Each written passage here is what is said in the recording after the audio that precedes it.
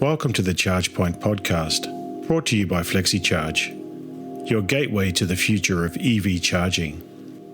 In each episode, we dive deep into the world of EV infrastructure, offering insights and perspectives from industry leaders, innovators, and the people at the forefront of deploying charging solutions and networks. Join us to explore the exciting developments that are accelerating our world towards sustainable mobility.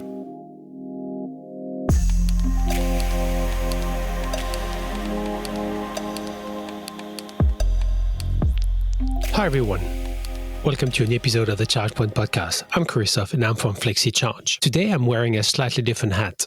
As someone who's deeply invested in helping Copenhagen become one of Europe's leading hubs for Energytech innovation. Why? Because we've got the ideal conditions right here. World-class universities, a vibrant startup scene, one of the highest EV adoption rates in Europe, probably second after Norway, and an abundance of renewable energy, and especially wind. This city and country has everything it needs to lead in the electrification of transport and the reinvention of our energy systems. So in today's episode, I'm joined by three early-stage energy tech startups, all born from Denmark's innovation ecosystem, and each solving a real challenge in EV charging or mobility charging, grid flexibility, or energy infrastructure. First, you'll hear from Stefan and Alex at Terminus Energy, who are reinventing the flywheel for the age of clean power, delivering high-speed, low-carbon energy storage with no rare earth and no lithium. Then I speak with Mikkel from Lumina, a startup using AI to predict charger failures and reduce downtime for CPOs. Their goal? To make EV charging infrastructure more intelligent, more reliable, and more profitable. Sounds familiar? And finally, I sit down with Kenan from Gridlinx, who recently pivoted from home EV charging to bi-directional chargers for electric boats and motorbikes, turning idle assets into flexible grid resources. You'll hear not just their tech stories, but what it's really like to be a first-time founder building an energy company in Denmark and how the ecosystem supports them, or sometimes doesn't yet. Whether you're an investor, CPO, policymaker, a student, or just curious about energy innovation, this one's for you. Let's get started with the first startup in focus today, Terminus Energy. And I have the pleasure in the virtual studio today of the visit of Stefan and Alex. Welcome, guys. Maybe, Alex, do you want to start and introduce yourself briefly to the audience?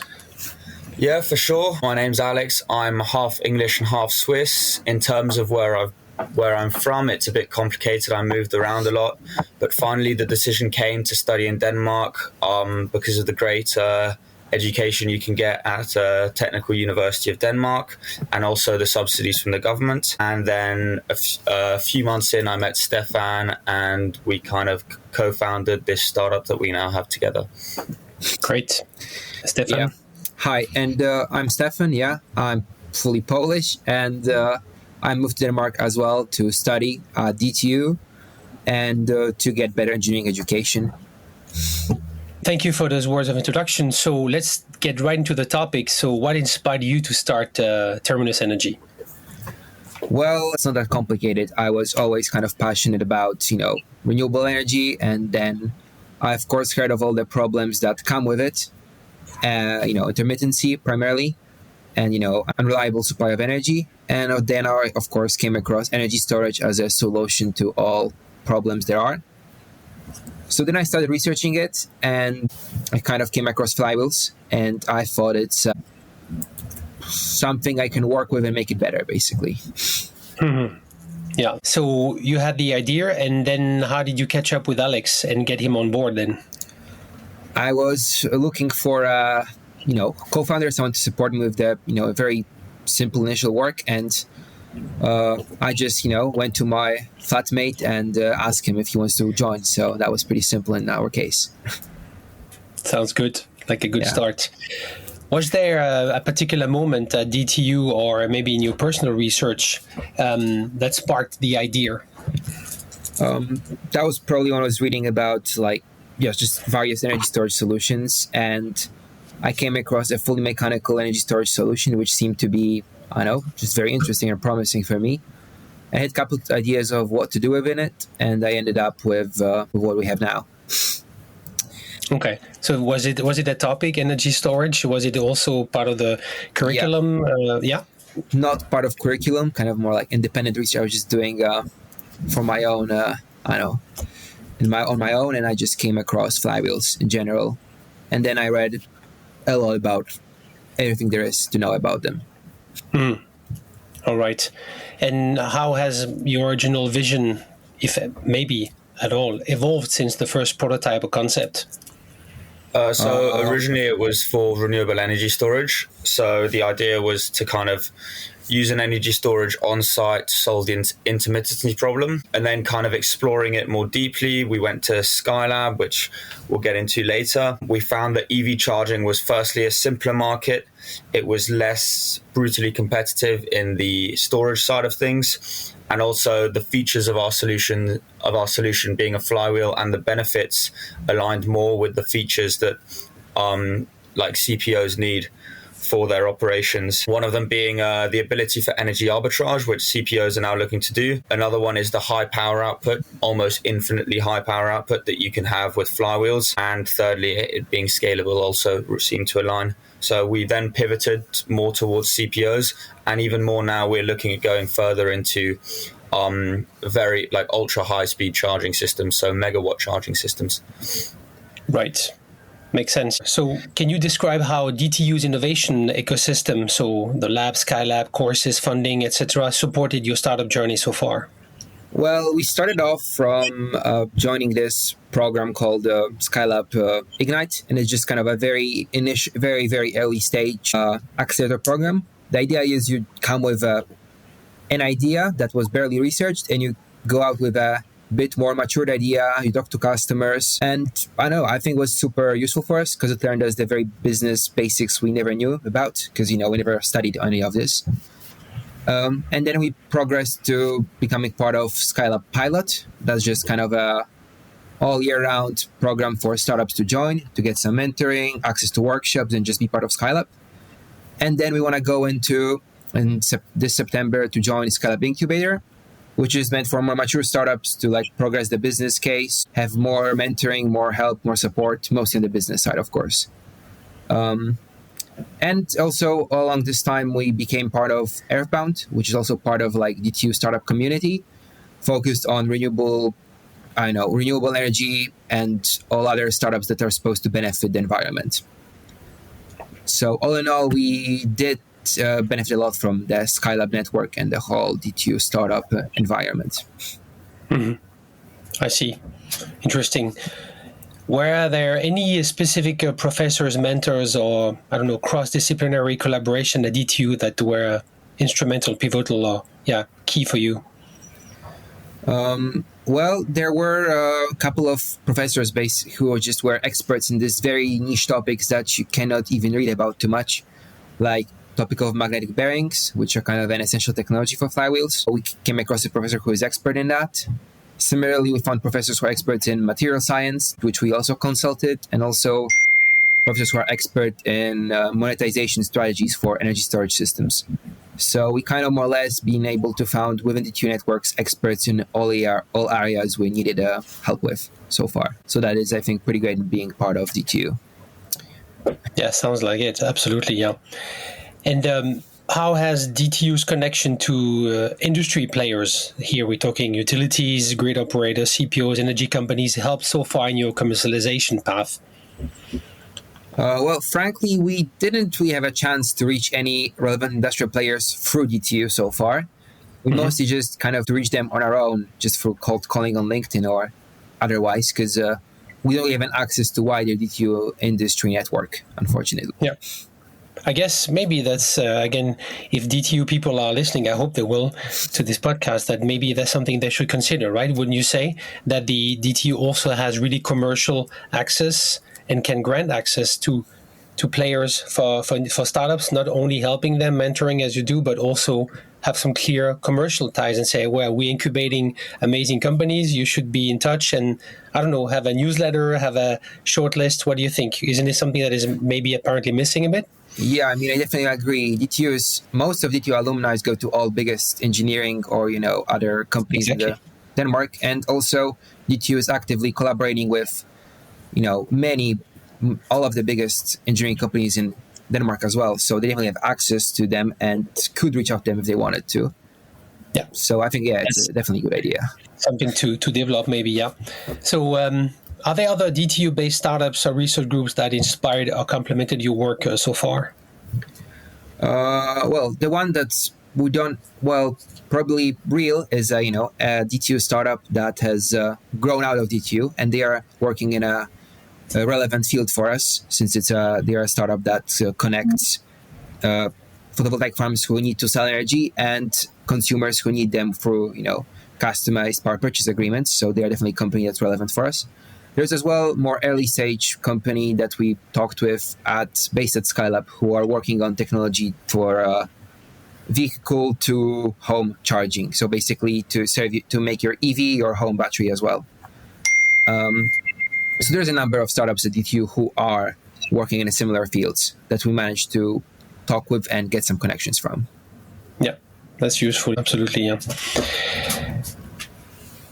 Great. So tell me, looking back until now, so what unique advantages did you gain by being embedded in DTU's network compared to starting elsewhere? The first one is Skylab is a community for startups, which means that there's a lot of founders around us and there's a lot of people that have had recent experience, particularly with similar problems. So there's kind of a large network of people that you can look to for help. And we're always kind of in touch with other startups, asking them how they did this, how they overcame this challenge. And people there are particularly nice and helpful. I mean, they are in DTU, but generally in Skylab, people are very open to help. And the second one is the coaching. So they have a group of coaches, each of whom specialize in certain subjects. For example, Ida, who has a particular expertise in funding applications. Alex, who's more focused in pitching. And each startup is given their own personal coach, someone that they can ask if they have any questions, any problems. And they're also particularly kind of focused at you making sure you make, firstly, a customer-driven startup, and that you really define your problem and your solution, which particularly for early-stage startups is extremely useful. And is what we found helped us the most in the beginning with funding applications and talking to customers in the first place. I see. All right, so let's talk a bit about building an energy startup in Denmark today. I personally, I really would like to support the idea that Copenhagen could become the hottest spot in the hottest city in Europe for Energytech. Since we have so much renewable energy, the focus on the wind goes back for decades now. On the EV side, we are just second to Norway. So I really think that we have all the elements. So that's why I was really excited to hear you guys' perspective on, so what is it like to build an energy startup in Denmark right now? Opportunities, challenges, what comes to your mind? Firstly, Denmark is the second best place in the world to create a startup, second to Estonia. And the main thing is because it has a lot of soft funding grants, which we've been making the most out of. The second thing is there is a lot of need for energy storage in Denmark right now. There's a lot of fast-growing markets, a lot of changes, a lot of pivots that you can go into more niche markets. So I wouldn't describe it as easy for sure, but there's definitely a lot of ways that you can go about it, which for Stefan and I know makes it very exciting. And also for us, it's a good thing to do for us because it's helping with global warming, it's stopping climate change, and that's a problem that's very close to our heart. In terms of challenges, I'd say it's hard to get in the right connection circles. Maybe it's because of what we were talking about earlier. Perhaps Skylab should initiate it. But for us as students, as bachelor students particularly, it's difficult kind of for people to take us seriously and kind of take us as a real startup. Another thing is the Danish grid is very good. So for an energy storage startup looking to go into EV charging, there's less of a need than you would have in the Netherlands, for example, because in Denmark the grid is very strong and there's not that much space to have something adding additional power. And another challenge would be I think energy startups in general are usually deep tech cases, which means that they take firstly a lot of time to develop. They're difficult to develop because they're tricky engineering problems, and they take a lot of money.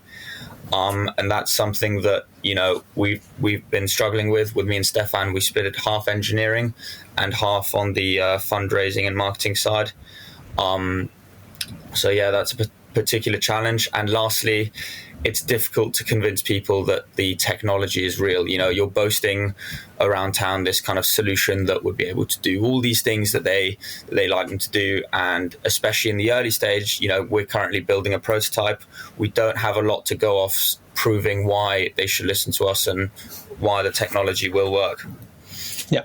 Okay, but that's very relevant. I guess the last challenges would apply anywhere in any market you would be. But absolutely, still definitely a key challenge.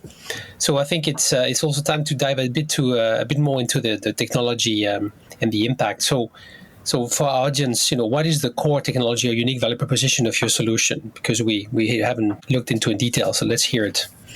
Well, there are really three pieces to our core technology. The most important one would be novel rotor material. Maybe we should start from explaining what Flywheel actually is. We're building a Flywheel energy storage solution, which is basically a large spinning weight which stores energy in form of kinetic rotational energy. So basically, if you want to store more energy, you spin it faster. You want to get energy out of it, you spin it slower.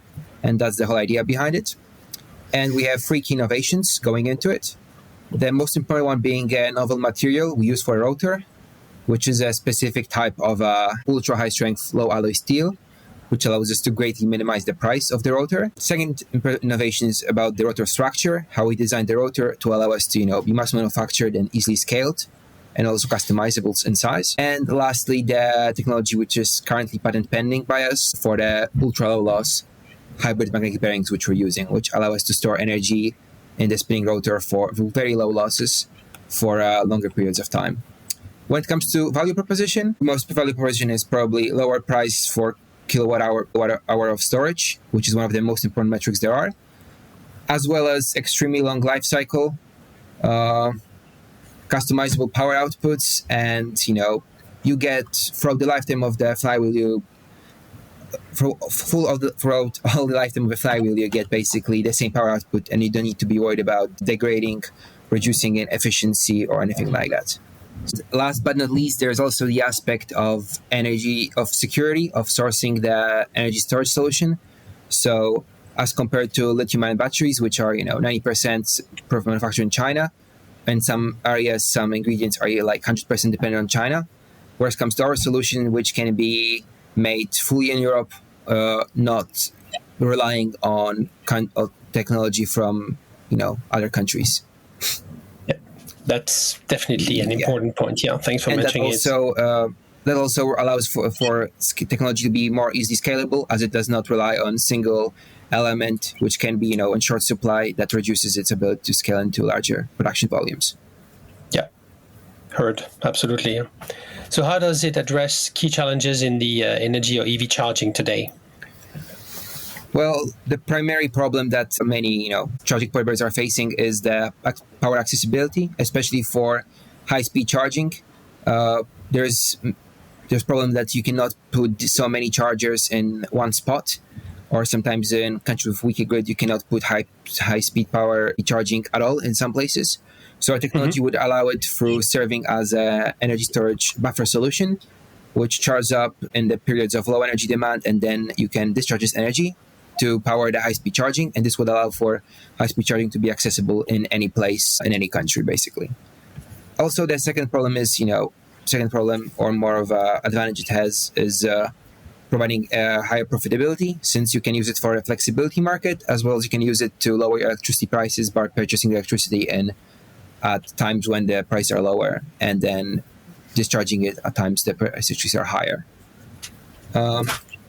And lastly, you do not have to wait for grid connections, which can take some time in some countries, and that allows you to just scale your charging grid faster and develop your business faster, basically. Absolutely, yeah. Yeah, I mean, totally agree. The advantages of BESS solution are super clear. So how do you see your technology evolving as EV adoption scales across Europe? Well, we'd hope our core technology, the flywheel, to sort of remain the same. We just would like it to become a more of a industry standard for storing energy for electric vehicles, and I would like in future for our flywheel solution to become a kind of a staple of every high speed charging station across European highways that supports high speed charging all across Europe. Yeah, clear. And beyond EV charging, you mentioned earlier the pivoting, but do you see other application for a solution in flexibility, storage, energy services? Yeah, we are definitely seeing a lot of the potential for technology to be used otherwise, primarily for a grid-scale energy storage solution. Since it's low price and long-lasting, it will be great for these applications. Also, we're looking into using this for depot charging solutions. So for providing energy storage solutions for large logistics hubs, which in the future will need charging stations for their fleet of electric trucks. Also, we're looking at many other markets, such as maritime or renewable energy storage on site of the energy storage power plants, and many other applications. Great. All right. So, and to close the episode, so what's next for your startup? Well, currently we're building the proof of concept, and on the other side, we're also in a soft funding grant season. So that's what we're focused on. Beyond that, the next thing is letters of intent. So we're looking to promote our solution to get kind of a more widespread interest in our company. And the first way that we'd like that, or to see that, is through letters of intent. We look then to progress that into more soft funding grants, potentially VC, and then also angel investment. And then we look to build the full-scale solution with that money. And further than that, once we have the full-scale solution, we want to find a pilot project, ideally with a Danish CPO on a highway, and kind of to promote high-powered charging. Clear. All right. The messages are out. On that note, thank you very much, gentlemen, for joining today. Pleasure to have you here, and all the best, and definitely keeping in touch with you. Thank you very much. Thank you. Thank you.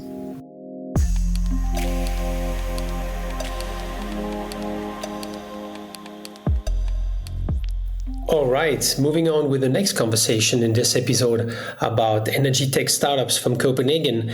I have the pleasure to receive Mikkel from Lumina. Welcome, Mikkel. Thanks, Christophe. Hi, glad to be here. And thank you for taking the time. And I'm honored that this is your first podcast interview. Yes, it is. So can you please, as always, start by introducing yourself and a bit of your background? Yeah, of course. My name is Mikkel Vejkop. I'm one of the 4 partners in our small Danish SaaS startup called Lumina. Myself, I have a background in design from the Danish School of Media and Journalism. And we started our project here about a year and a half ago, and have been building intelligent software for the EV charging industry since that. And what's the profile of the co-founders? The co-founders are, one of them is a business analyst, the other one is a computer scientist, and the third has studied mathematical modeling and computation. So let's call it a bit more tech and back-end oriented. Sounds like a good combo, yeah. So what sparked the idea behind Lumina, and how did your team come together across different universities? Originally, Sofus, Andreas, and William, the 3 other co-founders, they studied economics and data science together at Copenhagen University. When they were writing their bachelor thesis, they were doing it in predicting energy prices for Ørsted. And then after their bachelors, I was introduced to them through a mutual connection. And we started to develop, let's call it the groundwork for Lumina together. And in the start, we only knew that we wanted to develop and create something ourselves within our fields of study, but we didn't really know what it was and what it should be. And our only fear was creating and developing something that was solving an issue no one had. So we kind of switched it around and started contacting Danish companies, not to sell, but just to learn. So we set up meetings purely to understand, their challenges, to see if we could, with our knowledge and our expertise and our studies, create a product that could solve their pains. So we spoke to companies like Nemlig.com, Vega, different branches of the Danish hospital system, DSP, a lot of different companies to try to understand where can you use data science. And then we came into and talked to a couple of charge point operators and some people within the EV charging industry, which was at that time an industry, quite unfamiliar to us, but it still had some, you could call them, ties to the bachelor thesis on energy price prediction. And through these talks, we were introduced to the industry, to OCPP, our new favorite language, the major acceleration and momentum that this industry has, but also some of the challenges within. And from this, we kind of thought, okay, this is a place where we could potentially use our expertise to solve some problems. Perfect. Very exciting. Yeah, it sounds about right. You don't want to start just with a good idea. Are you solving a real issue? Fantastic. It's 101, but I think it's some startups are forgetting this step and go a bit too fast to something they like. So let's dive a little deeper on the tech and value proposition. So can you walk us through what the Lumina platform does and what specific problems in the EV charging is it solving that you identified? Of course. In its core, our platform is designed to help operation teams for CPOs to work faster and smarter. Mm-hmm. So in short, we use the large amount of logs and data that there is to detect and predict and understand more than what's inherent to the data. So technically, at the technical side, we embed automation, we embed machine learning, predictive insights directly into the daily workflows and routines of these people that work with the operations, trying to cut resolution times, preventing recurring errors, predicting future faults. All, you could say, with the mindset of not overwhelming our users with new data or new workloads, but trying to help them, again, work faster and smarter, but also find things that were previously invisible. And the platform in itself is completely custom built from the bottom, which is nice when you have 3 data scientists on board. So we have built it by combining advanced data analytics and computation, machine learning, AI, all of these things to try to develop some kind of intelligent software that can automatically process, monitor, advise, and act upon these live data feeds that we get in. So that's more of what we do. And all of this is, of course, powered by a big cloud computing infrastructure that is in the back end. Yes, absolutely, yeah.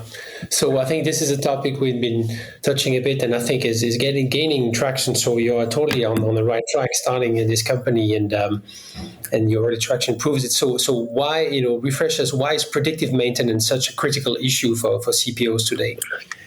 Yeah, it's a good question. And I think we like to, see the critical issue more as network performance and reliability, and predictive maintenance as one out of many methods and approaches that you can and should be using to address this issue. So you could take in predictive maintenance, but also advanced analytical systems or optimized data usage. Some people use AI-powered management. All of these are valid and all contribute to what we see as, the foundational issue, being reliability.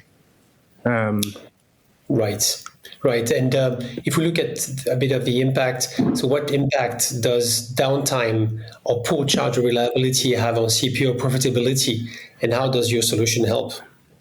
Well, as we see it, there are usually several layers to it. The first and foremost impact is that uptime, success rate, availability, which are all indicators of a network's reliability, they all affect the utilization rate in some way or other. And the utilization rate is, as you know, directly correlated with revenue. So this is like the first obvious one, but we can also see that poor performance results in negative user experiences.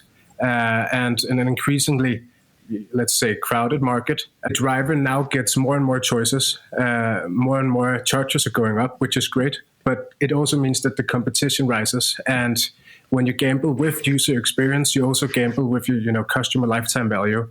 So we see this as more like a derived effect of poor charge reliability, so to say. But it's something that, in our beliefs, we will most likely encounter more and more as the charge point supply increases. Yeah. Right. And concretely, so how does your solution help? Just to make it super clear. Our solution goes in and one, predicts and two, detects faults that were otherwise undetectable, and three, optimizes the resolution time. So our main metrics are improving the charging success rate and improving availability across networks. Clear. All right, so let's zoom out a little bit. I'm making also this episode because I really want to celebrate and highlight the ecosystem here that is rising in Copenhagen, and I really hope that we can make Copenhagen one of the absolute hotspots in energy tech in Europe, if not in the world. We have great conditions. So how did start with the Copenhagen academic and innovation ecosystem? Universities, DTU, Copenhagen University, support your early development and validation? If they did, maybe they didn't.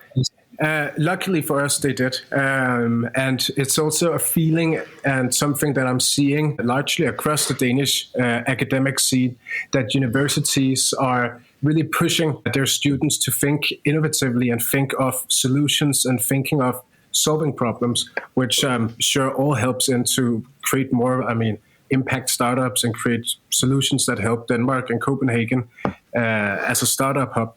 And specifically for us, we have been located at the KU or UCPH Lighthouse, which is Copenhagen University's startup or innovation center, you could call it.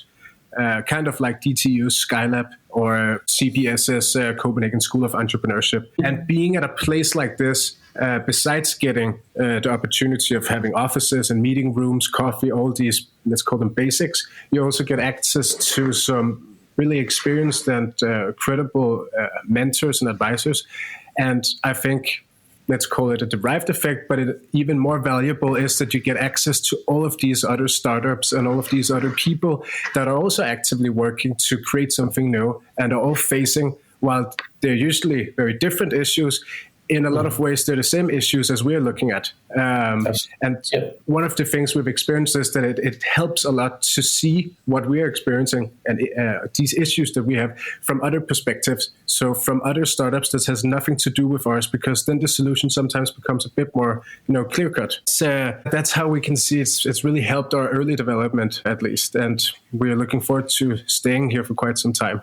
Makes sense. Yeah, it sounds like you are well assisted here. Yeah. So, and you mentioned it a bit in the research phase. So, but let's come back a bit into the details. So, how have you been able, and maybe how difficult was it to engage with industry partners? With say CPOs, charger manufacturer, or utilities, or any stakeholders within the industry. Was it through university connections or the incubators, or did you really have to reach out yourself?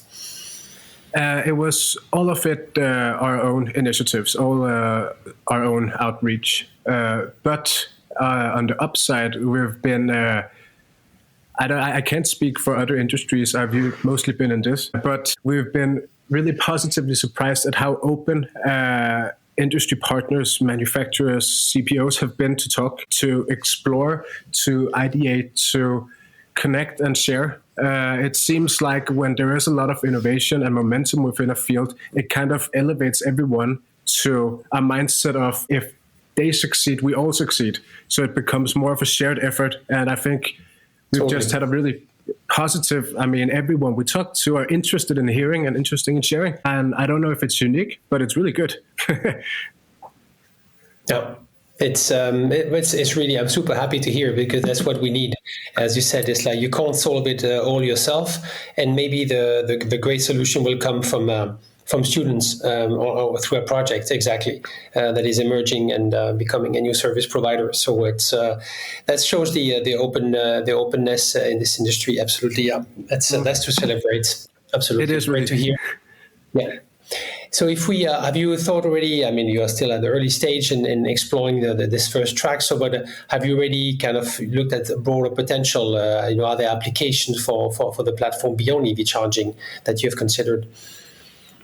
It's fun you ask, because it's something that we can't avoid doing, but we also really try to limit ourselves in doing, because we can see how easy it was in the start to get a new good idea and kind of running with that, and then stopping up after a couple of weeks and being like, okay, this didn't really relate to our core problem and our core value proposition. So we try to, as of right now and for now, to just like every time we speak and have meetings, we kind of try to pivot back and see, is this solving our, like what we set out to do? Because there are, as we talked about, there is so much momentum, there is so much happening in this industry. So it's really difficult not just to get a lot of crazy and fun ideas that seem doable all the time, but it's actually something we've tried to limit.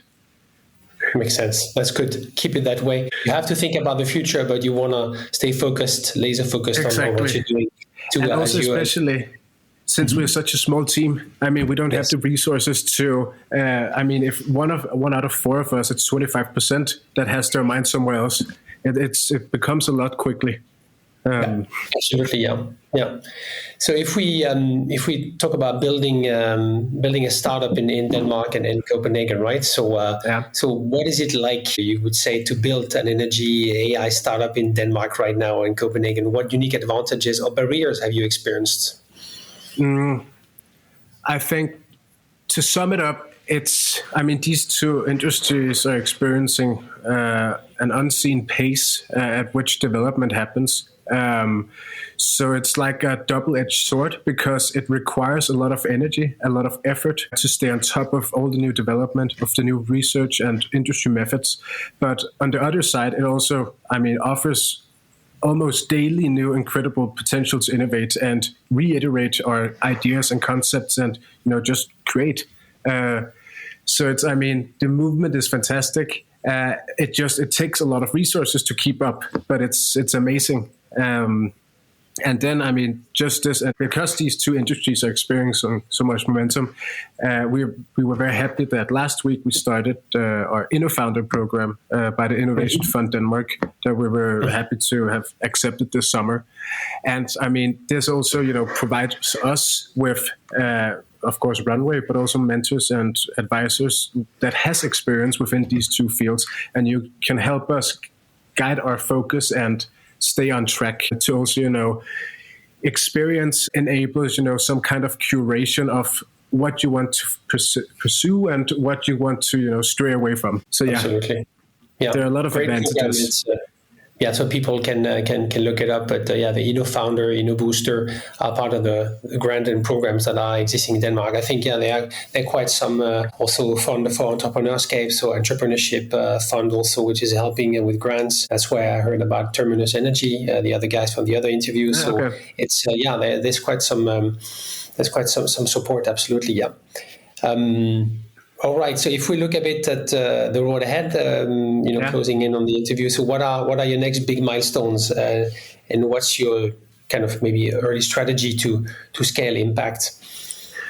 As mentioned, now we have the InnoFounder program, and we're going to use this to explore the transition from being a piloting startup to being a go-to-market and a mature startup. We haven't done this before. We're first-time founders, so I think we are going to really use this as an opportunity to learn how do you go from 1 to 2. Absolutely. Yeah. And can you maybe mention? I saw on LinkedIn some of your first achievements or first contacts, that you communicated about. So did you work already with was it a charger manufacturer? Can you mention a bit of your commercial first deals that you've made so far? Of course. We work both with a couple of CPMS and a couple of charge point operators, both larger and smaller. We try to, all of our projects right now are pilot focused, so we try to keep it at let's call it a level where we can continuously learn and we can continuously stay in contact with our partners. And now we are, slowly but steadily reaching a place where we can, start to look more at a growth mindset and start to expand based on that. Right, that's great to hear. So already CPMS, CPOs, and also charging station manufacturer also, right? I read about exactly. some Yeah, exactly. Yeah. That's great. That you got your good hands, good grip on the ecosystem. Yeah, and maybe so really to round up for other hopefully entrepreneurs that are listening, and it could be triggered. So what advice would you give, especially fellow students or researchers looking to turn their academic work into a real startup? Go for it. Have fun. I mean, for us, we deemed it a low risk time due to us being students, having the benefits of the Danish SU, constantly learning and being able to apply the theories and methods you learn almost on a day-to-day basis. I think that as a student, you're incredibly versatile and with little to no risk, at least in relative terms.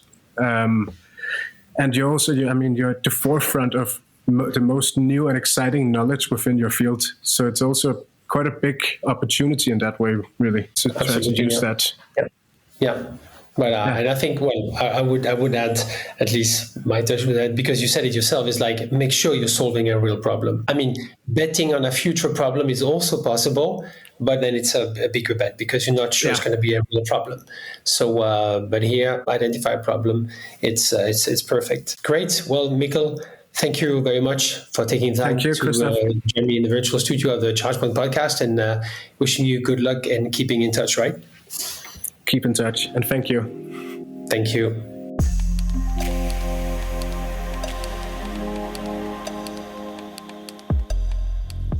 Before we continue with the show, I've got to tell you about a masterclass that you cannot miss. Our CTO, Robert, dived into local load management and explained how the Gateway local controller delivers rock-solid reliability, keeping the smarts on-site for lightning-fast response, effortless peak shaving, and seamless solar and battery integration. It's available on demand. Sign up at flexicharge.com or grab the link in the show notes. Now back to the show. All right, moving on with the last conversation today on this episode about Copenhagen Energytech startups. We have Gridlinx with Kenan in the hot seat. Welcome, Kenan. Thank you so much. Thank you for having me. Welcome. Happy to offer you this first podcast interview in your career. So let's, as always, start with an introduction. Can you please introduce yourself to our audience? What's your background that led you to the position where you are today?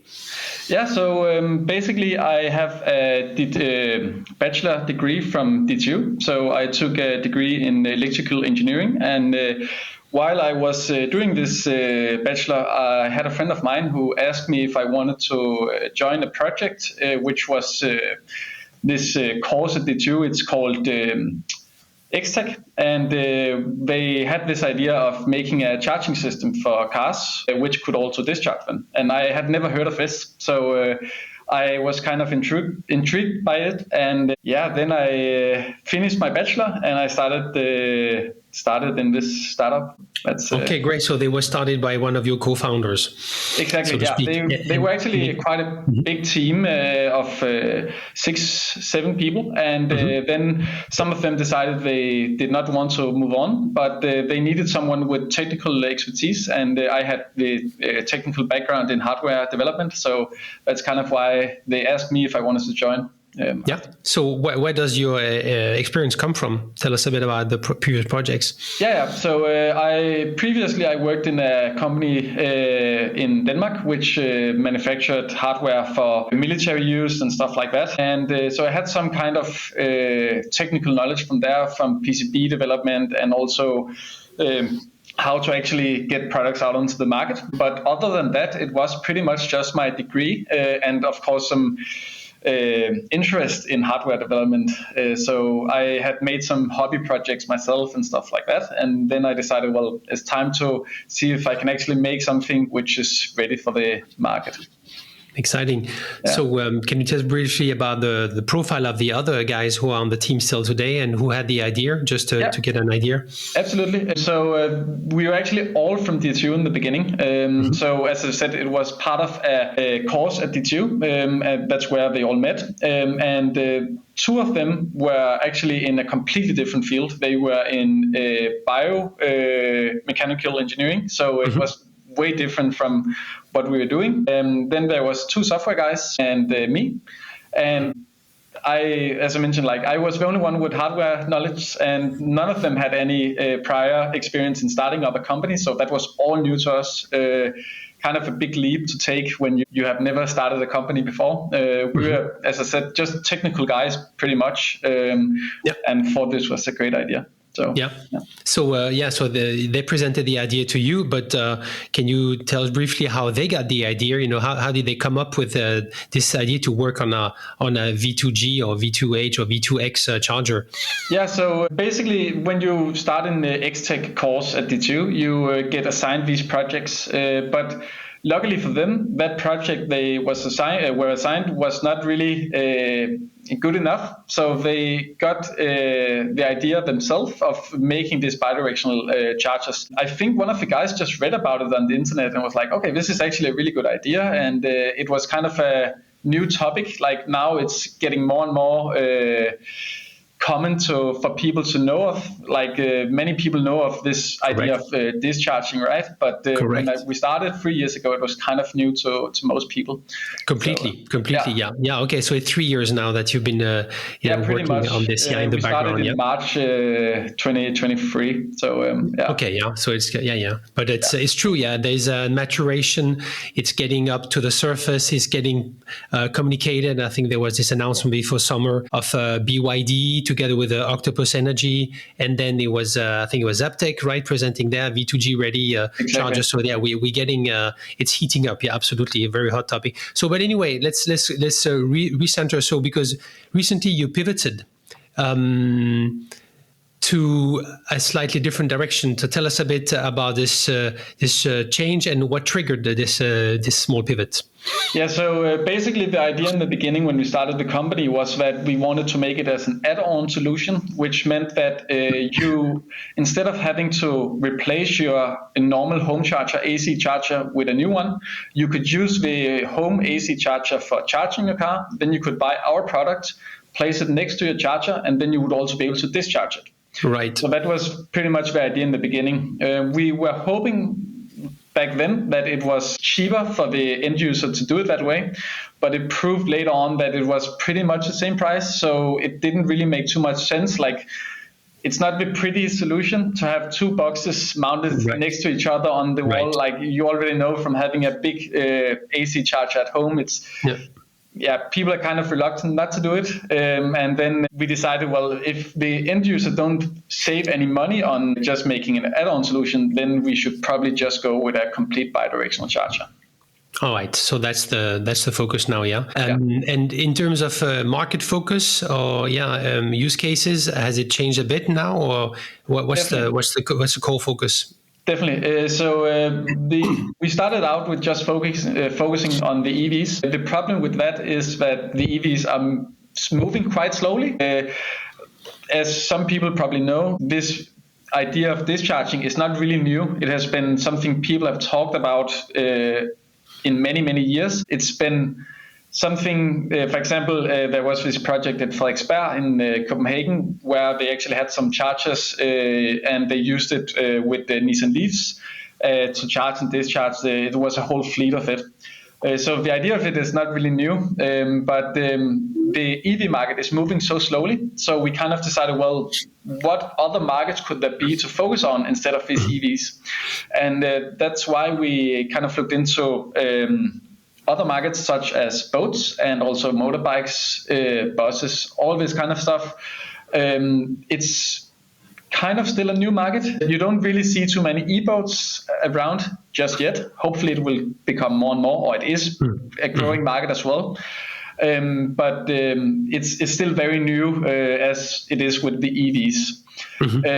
What's really nice about these boats, however, is that, for example, here in Scandinavia, or especially in Scandinavia, people don't really use their boats during the winter. So that's also one of the reasons we decided, well, if people don't use the boats during the winter period, why don't we just use these batteries in the electric boats for charging and discharging during the winter, because no one is using them anyway, so they could just be used for this instead. For being batteries floating on the water, yeah. Exactly. It's interesting. Of course, I have to argue a bit with you on the slow evolution or slow growth of EVs.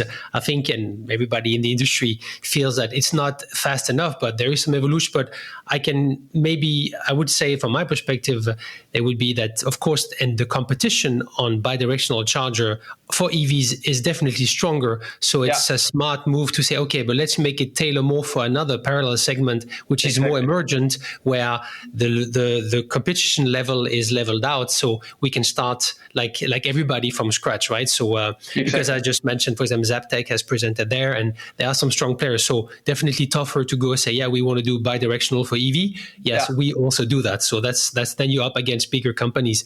It's very smart. And yes, your use case of boats being very idle. Yeah, floating batteries, absolutely, yeah. And motorbikes, just a few words on the market of motorbikes, e-bikes. Again, that's a really, really early market still. Probably even more early than the e-boats. So it's not something you see too much. Again, it's kind of the same use case as with the boats, right? Because no one uses the motorbikes during the winter. The key difference between the boats and the motorbikes is that usually people, or some people at least, get these boats stored in what's called a boat hodl, where they just park it during the winter and then pay a small fee for it. But for the motorbikes, people have it at home. So instead of having the boats discharging and charging in these boat hodls, you have it at your home, which means that you can lower your electricity bill at home instead. Yeah, it's so, like having a battery. Like instead of buying a battery for the basement, then you have your motorbike, which is just sitting there. Yeah, and it's true, especially in the Northern Europe, you don't use your motorbike much in the winter for sure. So it might just as well serve as a battery. Absolutely, yeah. Interesting thinking. Yeah, absolutely, yeah. All right, let's talk a bit about this wonderful ecosystem that I'm so eager to promote, which is the whole Copenhagen ecosystem, and start at the origins of new companies. We need new companies, new talents to emerge. So talk about DTU, the ecosystem, and the support you receive. So how has being incubated at DTU helped you through this pivot and the new product development and the whole journey? I think, first of all, let me just start with, I think Denmark is one of the best countries you can start up a company, a small startup company at least. The reason for that is because there's so much help to get. Now I have this, as I mentioned, this bachelor degree from DTU, so it made sense for us to kind of stay within DTU, also because we are developing something technical. So there is some technical help to get from here. But I think the biggest asset from, or the biggest, what do we call it, like help we got from D2 is just try and jump out into this company. Like, you don't necessarily need to have a lot of knowledge about it, because there's so much help to get with financing. How do I even start? Like, okay, I need a CVR number and stuff like that. Fine, I got a CVR number. What do I have to do now? And that's pretty much the biggest help they give you, and also helping you with, well, if you have a company, then you need to get some money into the company in order for you to even develop it. And they kind of have a big network, or they have a very big network of people who can give you money, invest, soft funding such as InnoFounder, InnoBooster, all that kind of stuff. And it's just all of this, all of these things you don't really think about before starting the company is something they really help you with a lot. I think the biggest or the thing I like the most during this incubator time is the the help with the hardware development. So basically it is a very big product we're developing. There's a lot of European standards we have to adhere to and stuff like that. Yes, hardware is hard, as we usually say. Exactly. So, and especially when you come with just a bachelor degree and you have never developed anything market ready yourself. So there's all of these standards I need to be up to, right? I think in that sense, we could have used a bit more help, also because at DTU, there are a lot of help to get within these fields. So there's this big lab called Power Lab, which is a place where you can actually test on actual vehicles and all this kind of stuff. Unfortunately, D2 is kind of like locked So basically, if you are part of Skylab, you're not part of PowerLab. So you don't really, you cannot really get the help in that case. You can. It's just a bit more difficult, pretty much. In order for you to get down there, you either have to pay or you have to get some funding from DTU and stuff like that. So it's not. I think that's the biggest problem, so to speak, that we have run into during this incubator time. Other than that, I've been super happy about it. Like it's such a great place to start a company. Also with the workspace and a lot of people around, there's always someone who has been having the same problems as you, especially on the business side, as I just mentioned. So basically, if I had some problems with the financials and stuff like that, I can always go and ask a different company, startup company, and be like, hey, do you know anything about this? And 9 out of 10 times, they have been in the same problem. Yeah, and have you been also benefiting from exchanging with other more Energytech company, which you could catch up with? I mean, or startups within DTU that are kind of a bit related areas? I think we have spoken with a lot of them, not necessarily developing or developing anything together, but I think we have spoken with a lot of them. There is, for example, a startup company which focus on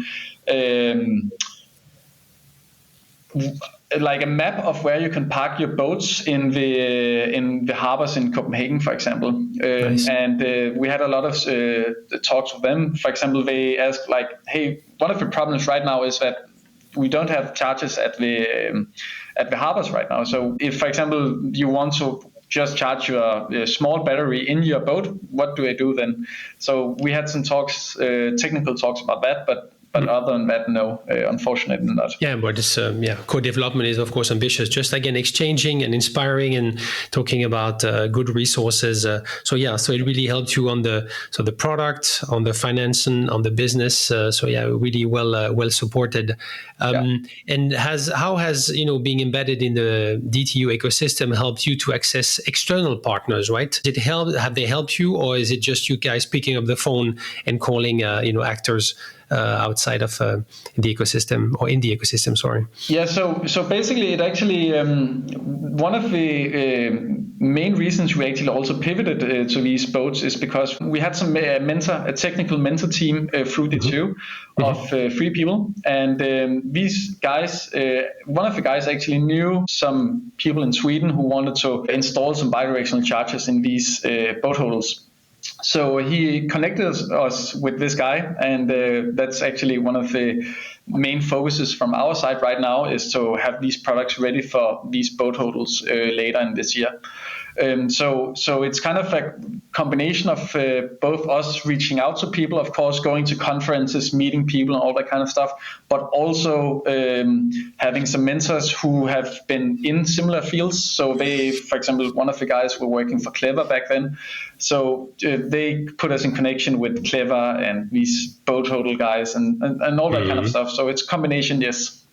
Fantastic. Yeah, absolutely. But that's good to hear, yeah. So all in all, what is it like to build an energy tech startup in Denmark right now? You said it's the best place. Definitely.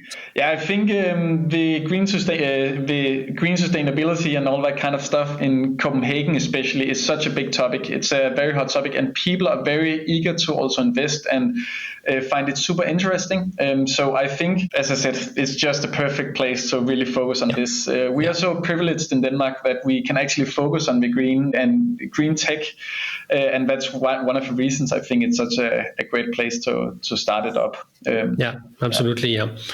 So just to be a bit more precise, or I'm a bit curious, and our audience surely also is about your technology. So tell us a bit about your bi-directional charger. So how does it work? What does it make? What makes it special or unique, or at least you think you believe in it?